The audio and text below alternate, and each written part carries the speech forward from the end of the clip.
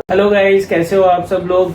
और सुबह से लेके अब तक शाम को अब टाइम मिला है। एक्चुअली मैं कुछ काम था जिसकी वजह से मैं बाहर गया था और अब लौटा हूँ, तो सोचा आप लोगों के संग बैठ के कुछ बातें कर लेते हैं। बहुत दिन से बातें नहीं करी हैं, बातें नहीं हुई हैं। कुछ अपडेट्स आपको देने हैं अपनी लाइफ से रिलेटेड, अपने लोगों की लाइफ से रिलेटेड।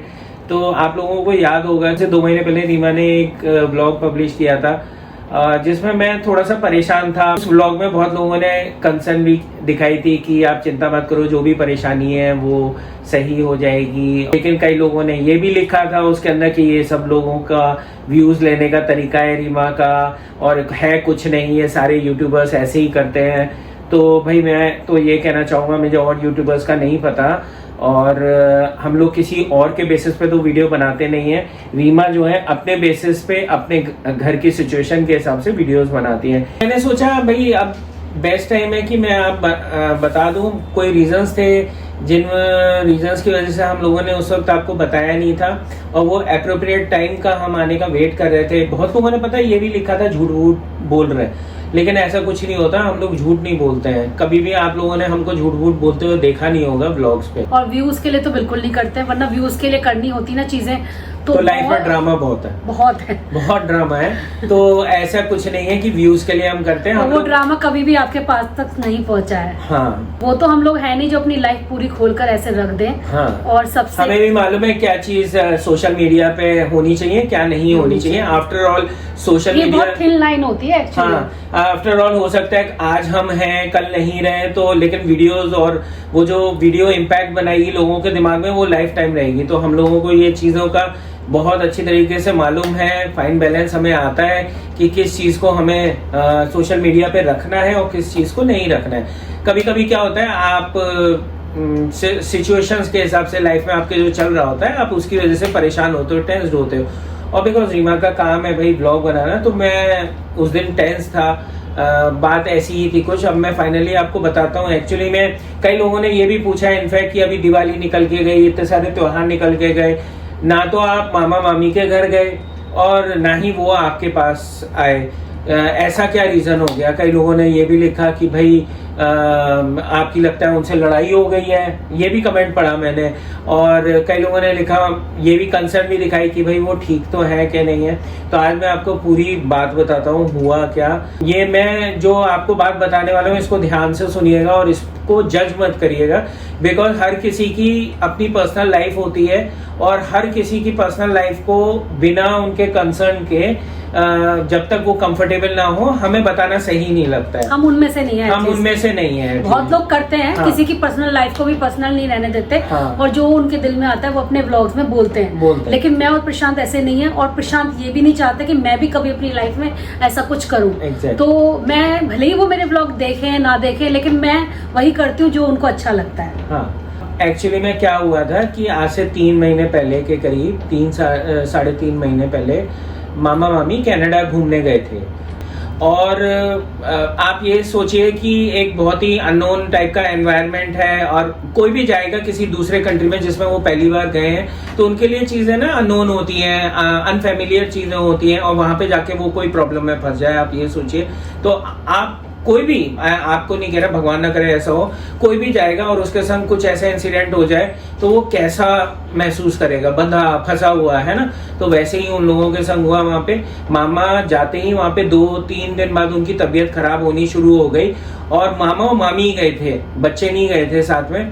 तो उसके बाद क्या हुआ, उनकी तबीयत जैसे ही खराब हुई उनको हॉस्पिटल ले जाया गया और उनके टेस्ट हुए। तो वहां पे उनको आईसीयू में तुरंत ही एडमिट कर लिया। मतलब जैसे ही गए थे उसके 8-10-12 दिन बाद ही मेरे ख्याल से उनको आईसीयू में एडमिट कर लिया। टेस्ट वगैरह हुए और आईसीयू में एडमिट किया। जबकि कनाडा घूमने के लिए गए थे, उनके अपने प्लान थे घूमने के। हाँ। सब रखे रह गए। हाँ। और मामा हॉस्पिटलाइज हो गए आज से 3 महीने पहले, और 3 महीने से लेके अब तक वो वेंटिलेटर पे थे। आपने सुना है किसी को? लेकिन इसके बीच में जो प्रॉब्लम्स हुई, उनका एक बार वेंटिलेटर चढ़ गया सबसे शुरुआत में, फिर डॉक्टर्स को वहां पे लगा इनका जो इन्फेक्शन है वो सही हो गया। लिया है, लेकिन वो सही नहीं हुआ था। 11-12 दिन बाद उनका इन्फेक्शन वापस आ गया, उनको फिर से वेंटिलेटर पे कर दिया। अब प्रॉब्लम ये थी कि वेंटिलेटर भी ज्यादा दिन तक मतलब नहीं रख सकते हैं, क्योंकि उससे वेंटिलेटर रिलेटेड इन्फेक्शंस होने लगते हैं। तो गले में होल करके वो मशीन डाली गई जिसके थ्रू उनको ऑक्सीजन वगैरह मिल रही थी। मतलब उनकी रिपोर्ट बहुत खराब हो रही थी। इतना सब चल रहा था वहाँ पे एक दूसरे कंट्री में, और उनके बच्चे यहाँ पे थे, वीजा उनका लगा हुआ नहीं था। तो आप सोचिए कैसे मामा वेंटिलेटर पे और बच्चे यहाँ पे, तो उनके बच्चों को क्या फील हो रहा होगा। बाय द वे मैं आपको बता दूं, उनके 2 बेटे हैं, सनी और विशु। तो दोनों ने ही फिर क्या किया, इंडिया से ट्राई करना शुरू किया कि जल्दी से जल्दी उनका वीजा लग जाए। उन्होंने ट्वीट किए कैनेडियन एम्बेसी को और बात की कॉल करके। तो शायद किसी ने वो ट्वीट पढ़ा या वो कॉल उनकी एस्केलेट हुई, तो उनको जल्दी से बुलाया और उनको मेडिकल रीजंस के बेसिस पे उन्होंने उनको वीजा दे दिया। तो वो जब मामा एडमिट हुए उसके 10 दिन बाद वो लोग 10-12 दिन बाद वो लोग कनाडा की फ्लाइट पकड़ के गए दोनों। और ये बात है तब की जब निकी भी कनाडा गया था। जब निकी कनाडा जा रहा था उससे एक दिन पहले ये लोग गए थे।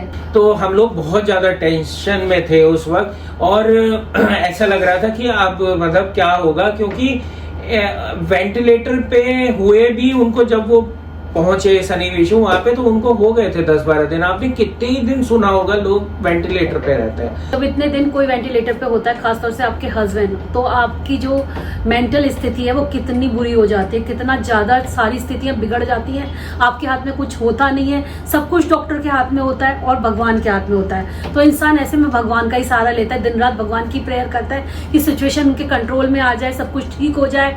और मैं बता दूं कि बाहर की कंट्री में डॉक्टर के ट्रीट करने का तरीका अलग होता है, इंडिया में अलग होता है, क्योंकि इंडिया में जनता ज्यादा है, तो शायद यहाँ पर ना ट्रीट करने का तरीका डिफरेंट है, थोड़ा फास्ट है, थोड़ा फास्ट है। एंटीबायोटिक्स जो है थोड़ी हैवी डोज मिल जाती है, और वहाँ पे बड़ी नेचुरल हीलिंग में बिलीव करते हैं, तो इतनी एंटीबायोटिक्स वगैरह वहाँ पे नहीं यूज करते हैं। तो इसलिए वहाँ पे जो रिकवरी का प्रोसेस होता है बहुत ज्यादा होता है। तो उसके बाद जब उनका निकला वहां से, जो वेंटिलेटर है फर्स्ट टाइम में निकाल दिया था, लेकिन कुछ दिनों बाद उनका इन्फेक्शन फिर से आ गया। वो स्टिल आईसीयू में थे, लेकिन उनका दोबारा से आ गया। तो डॉक्टर्स ने डिसाइड किया वो फिर से ही उनका वेंटिलेटर लगेगा। हम यहाँ पे हैं, दिन रात हम सोच रहे हैं कि मामा कब वापस आएंगे, महीना, क्योंकि वो लोग गए थे मेरे ख्याल से 20-22 दिन के लिए, और महीना बीत गया, 2 महीने बीत गए, 3 महीने बीत गए। हमें हर दिन ऐसा लगता था कि अब तो मामा ठीक हो जाएंगे, अब सब लोग रोज, मतलब ऐसा कहीं शुरुआत में तो रोज कॉल करें, और जब भी कॉल करें नहीं बात हो पाती थी, क्योंकि मामी उस स्थिति में नहीं थी। तो बच्चों से ही बात कर लेते थे कि भाई किसी से तो अपडेट मिल जाए, कुछ तो अपडेट मिल जाए। लेकिन एक हफ्ते बाद कॉल करो तो वही अपडेट था, और आप 10 दिन बाद कॉल करो फिर वही अपडेट था। रिकवरी ना के बराबर ही हो रही थी वहां पे। ये एक इमोशनल एस्पेक्ट था कि मामा सही नहीं हो रहे हैं। दूसरी तरफ आप देखिए कि इंडिया में ही एक अच्छा इलाज करवाना, किसी आप इंडिया में ही जाइए तो कितना एक्सपेंसिव होता है, और ये तो कनाडा था। तो आप ये देखिए कि वहां पे जो मशीनरी की कॉस्ट होती है, जो ट्रीटमेंट की कॉस्ट होती है, वो कितनी, मैं कहूँगा कितनी ज्यादा होती है, एग्जॉर्बिटेंट होती है, और वो भी 3 महीने। इंडिया में ही आप ये लगा लीजिए कोई अगर वेंटिलेटर पे है तो आराम से पर डे का 1.5 लाख का खर्चा है। पैसों के मामले में तो हम कुछ नहीं बोलेंगे, लेकिन हाँ इतना जरूर पता है इंडिया से कनाडा महंगा तो है ही, देखो, और इलाज भी महंगा है। मैं आपको ये बात तो कोई हिडन चीज नहीं है, ये तो ट्रूथ है, सबको मालूम होगा कि दूसरे कंट्रीज में जो इलाज होता है वो बहुत महंगा होता है। तो चलो एक्सपेंसेस को छोड़ते हैं, सबसे बड़ी बात थी कि मामा जो है सही हो जाए। अब वो रिकवरी बेबी स्टेप्स, आप 4 स्टेप्स आगे बढ़ते हो कि उनकी रिकवरी होती है, 2 स्टेप पीछे हो जाते हो। उनको इंडिया लाने के लिए इतने पापड़ बेले लोगों ने, इतने पापड़ बेले कि उनका इंडिया आना हम सबके लिए एक बहुत बड़ी, वो कहते हैं ना, अचीवमेंट वो होने वाला था। हाँ। हम सबके दिमाग में अचीवमेंट हुआ भी, एक्चुअली में अचीवमेंट हुआ भी।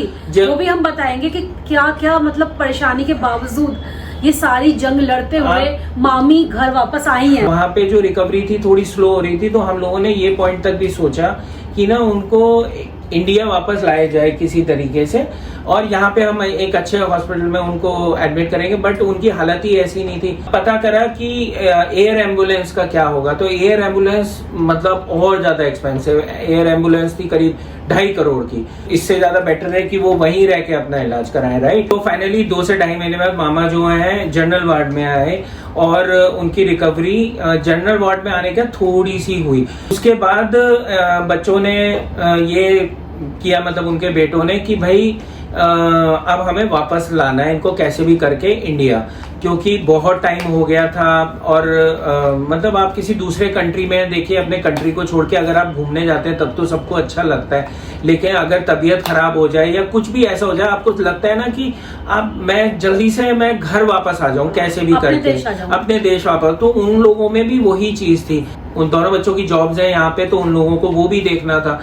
अब क्या था, आप कोई भी फ्लाइट लोगे तो ऐसे ही लोगे जो डायरेक्ट है। अब फ्रॉम टोरंटो, वो लोग टोरंटो में थे, टोरंटो से लेके इंडिया तक की 2 कंपनीज की फ्लाइट चलती है। वन इज एयर कनाडा और एक है एयर इंडिया।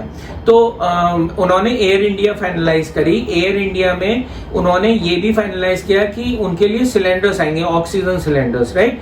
तो ये तो बात की बात है, लेकिन उससे पहले आपको ये सब तो मिलेगा ही, वो लोग प्रोवाइड करते हैं एयर इंडिया वाले। अगर आप स्पेशल रिक्वेस्ट डालो कि हमें सिलेंडर्स चाहिए, ऑक्सीजन सिलेंडर्स, तो अब ये भी डर लगा उनका कि भाई आप एयरक्राफ्ट में उनको लेके जाएंगे तो कहीं ऐसा ना हो, बिकॉज उनको निमोनिया हुआ था जिससे उनके बार बार लंग्स में ना वाटर भर रहा था। तो ये भी होता है कि भाई एक डर लगा रहता है ना कि आप लो प्रेशर एरिया में जाएंगे तो कहीं कुछ ना हो, लेकिन फिर भी रिस्क लिया। और एक और चीज थी कि एयर इंडिया वाले कह रहे थे कि आपको डॉक्टर से फिट टू फ्लाई वाला सर्टिफिकेट चाहिए। प्रॉब्लम ये थी कि एयर इंडिया वाले जब तक फिट टू फ्लाई का सर्टिफिकेट नहीं होगा डॉक्टर से, वो लोग एक्सेप्ट नहीं करते हैं पैसेंजर को, मतलब जिनकी तबीयत खराब है। इनकी रिकवरी जब तक नहीं होती, डॉक्टर नहीं कहता, वो रिस्क नहीं लेते हैं ना।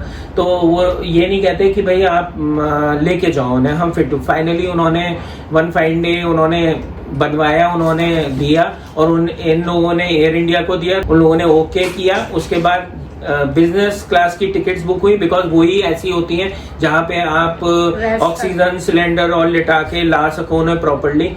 तो वो कैसे भी करके इतनी क्रिटिकल सिचुएशन में लेते उनको वहां से पहले एयरक्राफ्ट में शिफ्ट किया सबसे पहले, और भगवान का नाम लेते लेते, मतलब आप ये लगाइए कम से कम 14-15 घंटे की फ्लाइट होती है वहां से भी, अगर डायरेक्ट फ्लाइट भी है। और हम लोगों का भी दिल ना धुक धुक धुक धुक कर रहा था, और सांसें ऊपर की ऊपर और नीचे की नीचे थी। मैं आपको सही बता रहा हूँ, क्योंकि ये ऐसा क्रूशियल पीरियड था 15 घंटे का, किसी को कुछ मालूम ही नहीं था कि बीच में क्या हो रहा है। और हम लोग भगवान से प्रार्थना कर रहे थे कि बस मामा मामी और जो बेटा है, एक बेटा पहले आ गया था सनी, उसने यहाँ से सब कुछ अरेंज किया, और एक उनके साथ आ रहा था। तो हम लोगों को लगा बस अब कैसे भी करके आ जाए। हम सब लोग उनको लेने गए, और थैंक गॉड मामा जो है सही से आ गए। और मतलब उनको देख के ना हम लोगों को इतना ज्यादा रिलैक्स महसूस हुआ ना कि आप ये देखो ना, किसी से 3-3.5 महीने बाद आप मिल रहे हो, वो भी उनकी तबीयत खराब है, तो आपको कैसा लगेगा। तो हम लोगों को एम्बुलेंस तैयार रखी थी, और सब लोग आए थे मिलने, और मतलब बहुत सारे लोग उनको लेने आए। फिर उनको यहाँ से ऐसे डायरेक्ट नहीं लेके आए घर, बिकॉज उनकी सिचुएशन ऐसी नहीं थी कि वो डायरेक्ट घर आ सके। तो एयरपोर्ट पे ही एम्बुलेंस थी, जैसे कि मैंने आपको बताया। फिर एम्बुलेंस में उनको लेके गए फोर्टेस में, उनको 1-2 दिन रखा, उनका पूरा का पूरा देखा कि वो स्टेबल है। उसके बाद उनको घर पे लाए, और अभी भी उनका स्थिति अभी भी पूरी तरीके से रिकवर्ड नहीं है, उनको टाइम लगेगा चलने में फिरने में। मामा बहुत वीक हो गए, मतलब बहुत वीक हो गए, उनसे चला भी नहीं जा रहा है। तो मतलब उनकी मामी तो इस स्थिति में भी नहीं है कि आप लोगों से बात कर पाए। नहीं लाना चाहते मामी को कैमरे पे। एक्चुअली में मामी भी गुड फील करनी चाहिए अंदर से, राइट। आपने उनको हमेशा हंसते खेलते देखा है, आप मामी को वैसे देख ही नहीं पाओगे, मुझे मालूम है। तो उनको ना हमेशा हंसते मुस्कुराते जोक्स मारते हुए देखा है, तो उनको तो मैं खुद नहीं देख पाती। जब अब कभी मिलने जाती हूँ, मिलते रहते हैं हम मामा से रेगुलरली, ऐसा नहीं है। लेकिन हाँ, मैं ब्लॉग में नहीं दिखाती श्योरली, लेकिन मिलते हैं हम उनसे जब से वो वापस आए हैं। लेकिन अब बस यही यही प्रेयर करते हैं और आपसे भी यही उम्मीद करते हैं कि आप भी भर भर के कमेंट सेक्शन में उनके लिए खूब अच्छी दुआएं मांगेंगे कि मामा पहले की तरह से फिट हो जाएं और हमारे घर पर ऐसे ही आए जैसे पहले आया करते थे, या हम उनके घर पर जाएं तो आपको मिलवा पाए उनसे। अब रिकवरी का उनका टाइम है, हम लोग भी जाते हैं और दूर से बैठ के उनके मिल के आते हैं। बहुत अच्छा लगता है वैसे। उन्हें बहुत अच्छा लगता है, वो मेरे को बुलाते हैं, कहते हैं कि चिंटू तुम आते रहा करो। और एक दिन तो मामी का फोन भी आया था वहाँ से कनाडा से कि चिंटू तुमको ना मामा याद कर रहे थे, कह रहे थे कि चिंटू कहाँ है। आप लोगों ने बहुत सारी दुआएं दी थी पहले भी, जब मैं परेशान हुआ था, जब मैंने कहा था आप लोगों की दुआएं काम आई, मामा घर आए, मामी की मेहनत सफल हुई, वो भी कितनी प्रेयर करती थी और हम लोग प्रेयर करते थे, उनके बच्चे प्रेयर करते थे, जो जान पहचान वाले सब लोग, तो उसी वजह से शायद वो यहाँ पे आ पाए हैं। एक बात मैं जरूर कहूंगा कि इंडिया आके उनकी रिकवरी बहुत क्विक हुई है। जो मैंने उनको एयरपोर्ट पे देखा था और जो अब 15-20 दिन बाद उनकी हालत है, उसमें बहुत ज्यादा तो मामी ने मेहनत भी तो बहुत करी है, मामी ने, आपको पता नहीं चलेगा, लेकिन उन्होंने ना रात भर जग के मामा की सेवा, और यहाँ पे भी कर रही है, और 3 महीने तो वहाँ पर कनाडा में रात भर जग के किए उन्होंने। वो कहती थी हमें नींद ही नहीं आती थी, मामा को ही देखते रहते थे पूरी रात। हाँ, तो गाइज मामा बहुत ज्यादा वीक है, आप लोग दुआ करिए कि वो ना जल्दी से ठीक हो जाए और उनके अंदर एनर्जी आ जाए कि अपने पैरों पे खड़े हो सके और हमारे घर दोबारा आए और हम लोग आपको उनसे मिलवाएं। और इन सब के बाद में मैं एक बात बोलना चाहूंगी, आप लोग सोच रहे होंगे 3 महीने से हमने ये बात आप लोगों के साथ क्यों नहीं शेयर करी, क्यों घुमा कर हम बातें कर रहे हैं। तो गाइस, जब तक कोई कंफर्टेबल ना हो ना, हम उसकी बात जैसे कि आपको बताया था, हम लोग नहीं शेयर करते हैं। और दूसरी एक बात बड़ी थी कि वो लोग दूसरे देश में थे, कनाडा में थे, हम नहीं चाहते थे कि हम कोई ऐसी चीज रिवील करें जो कि उनको किसी डायरेक्टली इनडायरेक्टली इम्पैक्ट करे, कि वो दूसरे कंट्री में परेशानी में, और क्योंकि हमने यूट्यूब पे बताया इस वजह से कोई प्रॉब्लम हो उनको। और हम लोग वेट भी कर रहे थे कि जब मामा घर पर आ जाएंगे उसी के बाद ही हम लोग आप लोगों से कुछ बात शेयर करेंगे, जो कि हम मामी को बताकर ही करेंगे कि मामी भी कंफर्टेबल रहें। इसी वजह से ये बात आप तक शेयर करने में टाइम लग गया। चलिए गाइस, आई थिंक यही एक अपडेट था, मेजर अपडेट था लाइफ का, और बहुत लोगों के क्वेश्चंस जो है आई थिंक हम लोगों ने आंसर कर दिए होंगे। मामा मामी क्यों नहीं मिल रहे हैं, क्यों नहीं दिखाई दे रहे हैं, इससे रिलेटेड जो भी क्वेश्चन अब आपके दिमाग में चल रहे हैं, प्लीज वो कमेंट सेक्शन में पूछकर अपना टाइम मत वेस्ट करिएगा। क्योंकि मैं शायद उन चीजों के आंसर ना दे पाऊं। वो इनसे मिलने क्यों नहीं गया, वो उनसे मिलने, ये उनसे मिलने, वो क्वेश्चंस के शायद मैं कभी जवाब ना दे पाऊँ आपको। तो प्लीज समझिएगा, मैं पहले भी एक बार बता चुकी हूँ इस बारे में।